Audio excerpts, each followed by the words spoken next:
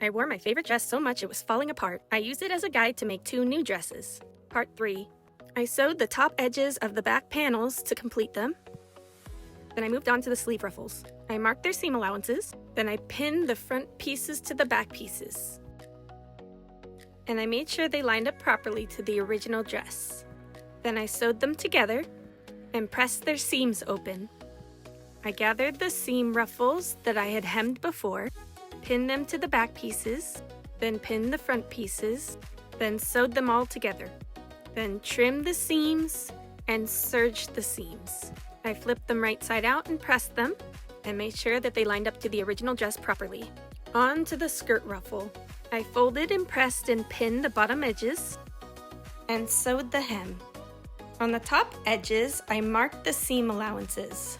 They were 100 inches long each, so this took a while.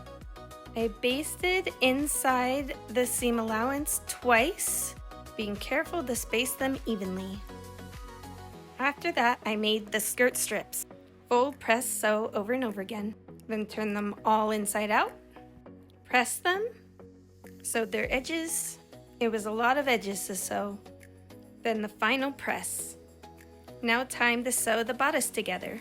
The front and the back were connected with the sleeve ruffle pieces.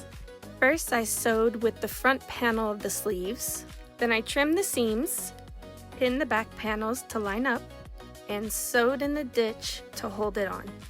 Sewed the edges, trimmed, and serged. Stay tuned for part 4 where I finished the dresses.